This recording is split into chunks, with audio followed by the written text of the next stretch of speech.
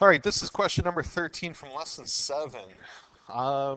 So what they have is they want us to find a vector equation for the line through the origin. So it's going to pass through the point 0, 0, 0, 0, 0, 0, and it has to intersect. So we're creating a new line that intersects line 1 and line 2 as given.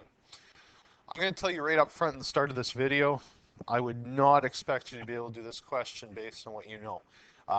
When I took a look at this after I was asked, I realized that the only way I could do it was by using planes, which is the next lesson is your introduction. So I would say, I wouldn't expect you to be able to do it at this point. However, in 3 lessons, so in 3 lessons from now, I would expect you to be able to do it.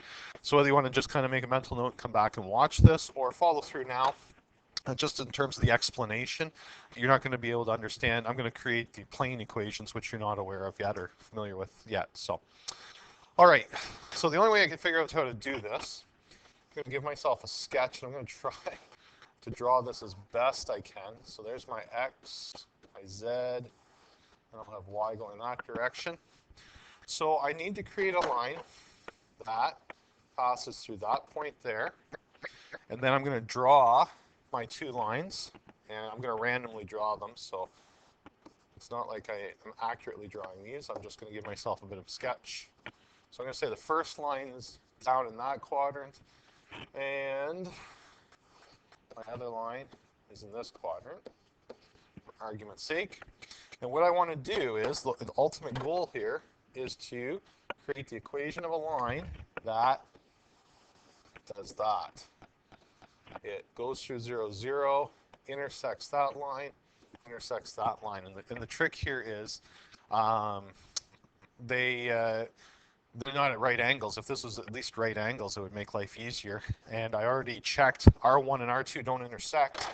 So there's no common point. I thought that was what the question was originally, find the point of intersection. But R1 and R2 are skewed lines, so that didn't even help there. All right. So the only way I could figure out how to do this was to do the following. I found R2, and I created what's called a plane. So a plane is basically a piece of paper that goes on infinitely in all directions. So I'm going to try to draw this as best I can. So my plane I'm going to create is going to include the line R2, and it's also going to include the point 0, 0. So if I was to draw a piece of paper, here we go. So I'm going to try to draw a piece of paper like that. So on that plane, it contains that line. All right. So my piece of paper contains that line. Now, here is the trick, and this is what you will not know as of yet. For my plane, so P1, the equation is AX plus BY plus CZ plus D equals 0. So this is the scalar equation of a plane, which you'll find out in the following lesson. A, B, and C are the normal to the plane. So that's perpendicular to that plane. So that means I need to have 2 direction vectors for this plane. So when you do your lesson on planes, you'll find out that you need 2 direction vectors to define a plane. So the first direction vector I'm going to pick is the one from line R2, because that one, I want to make sure that line is on the plane. So I'm going to use its direction vector to make sure it's on the plane. Next, I need another direction vector. For my direction vector, I'm going to make sure the origin is on my plane. So I'm going to use that point, and I'm going to use the reference point from R2. By doing that, it makes sure that that line is on the plane and my origin is on the plane as well. So I'm going to use the reference point RP from line 2 minus my origin. And when you do that, you're just subtracting 0. So that means my next direction vector is 14, 19, and -2. So for a plane, I need to find 2 direction vectors. And like I said, once you do that lesson, this will make a lot more sense on what I'm doing. Now I need to find the normal. The normal is perpendicular to the 2 direction vectors. So from unit 1, we know that that is simply going to be D1 cross D2. The cross product of two vectors on a piece of paper or on a plane will give you a vector perpendicular to the plane. I've already got that worked out, so make sure I pick the right one here, 14, 19, -2. So my direction vector, or my normal, is going to be 10, -6, and 13 once you reduce it. All right, which means that the equation for my first plane will be 10x minus 6y plus 13. The constant, in this case d, is going to be 0 because when I plug in my origin point on here, all of them will be 0, so my d is 0. So there is the equation of my first plane. All right, so that gives me part of my information that I'm going to need to be successful here. So shrink that down so I have it. Okay, now this is where my artistic ability is going to probably fail me here. So next I need to find, same idea, other direction now. I want to find a plane, pick red I guess, that contains R1, line R1.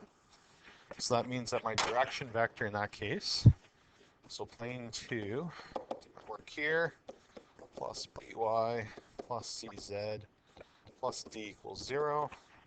So one direction vector will be from line R1, which is 1, 1, -4. And again, I want to know a second direction vector on this plane. So again, I'm going to use the origin to the reference point of line 1. That gives me another direction vector, and it forces my origin to be on the plane as well. And this is just going to turn out to be the reference point since I'm just subtracting 0, 0, 0. So it's going to look like that. So there are my two direction vectors. Now, I'm going to come back to the diagram in a second and make my woeful attempt to explain it. So I'm going to find my normal first, so I have my two equations. So once you do the cross product again, and I have it worked out already, I end up with 5, 3, and 2. And I've reduced the cross product, so if you try this on your own, I've reduced it to lowest terms. So therefore, the equation of this plane is 5x plus 3y plus 2z equals 0. So there's the equation of my second plane. Now, I have to explain the why I am doing this. So that's going to require my picture and my limited ability to sketch and draw. So I may take a couple pictures to make this work. So my second plane, I'm going to do the line here. So it's like two pieces of paper, and I'm pretty sure I'm going to have to redraw this because I'm not going to be able to make any sense of that one. So here we go. So if I have a plane, a piece of paper like this, it contains the origin, and I'm going to call that line R1. And then I create a second plane that has my other line. So let's call it, I'll draw it here. So here's R2. And I create a second plane that contains my origin. Oops, I'll just draw that a little bit more. So there's my second plane. When the two planes strike, this kind of goes behind. Let me try that one more time. This is where the drawing part. So let's say I draw the plane. So you can see this edge, and then this edge goes behind that plane. Oops, and then you can see it again pop out over here. This one is going to cut in front of this one. So in the end, what happens is that we have a line of intersection that includes the origin and my two lines. But again, I did not draw my my lines properly here to show that. So basically, we're looking where the two planes intersect right here. It includes the origin And what will happen is, and again, I didn't draw this very well, that line of intersection between two pieces of paper that cross over, they also will cross over with that line, and they will intersect with this line as well.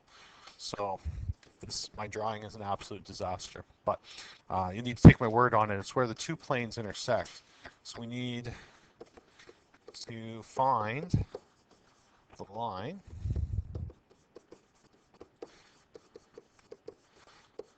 where the planes cross.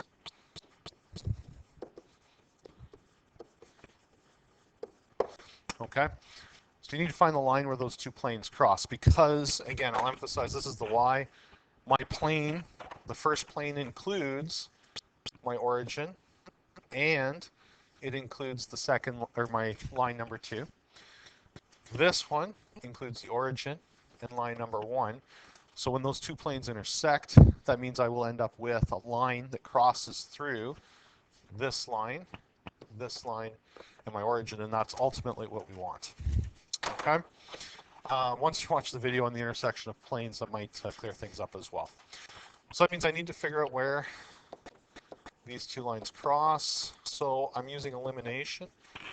So if you're watching this before you learn about planes and intersection of planes, it's not going to make a lot of sense. But if you've already watched the video, you'll know that we just use elimination to solve.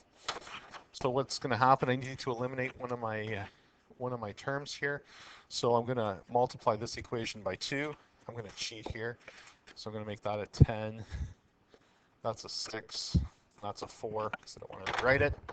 I'm going to use subtraction here to eliminate the x term. So I end up with negative 12y. 13 take away 4 is 9z equals 0.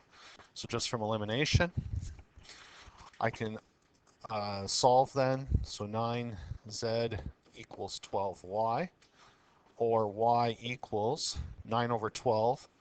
That reduces to 3/4 z. When you have two equations, three unknowns, you need to, it's going to be a dependent system. So we're just going to let z equal a t value. So what that'll mean, therefore, y equals 3/4 t. And my x then will be going up above. So I'll take the equation 5x minus 6y plus 13z equals 0. So substituting in 5x minus 6 times 3/4 t plus 13t equals 0. I'm going to solve that, and you'll find that x is equal to negative 17 over 20 t. All right, so I just skipped a couple steps there. So therefore, that would mean that my equation of my line, this is my line, it's in parametric form. So it's x equals negative 17 over 20t, y equals 3/4 t, and z equals t. And you'll notice when you compare it to the answer, it's not the same. That's because they don't like having fractions, or they didn't bother to leave fractions in here. Remember, this is a direction vector. So what they did is they scaled the vector up, and they multiplied through by 20. They multiplied everything by 20. So the new equation would equal, and I guess I'll put it in. So the reference point was the origin, and then it would end up minus 17t. Y will equal 0 plus 15t, and z would equal 0 plus 20t. I think I might have lost a negative in there. Positive, negative, no, I'm right. Okay. And the signs might be backwards to the answer they had. So anyway, there is your solution to question number 13. Like I said, this is way beyond where you are at this point in lesson 7. So no worries, but if you're coming back to watch this after lesson 11 or 12, this is something you should be able to do. All right, if you have any other questions, let me know, but definitely this is a challenging question.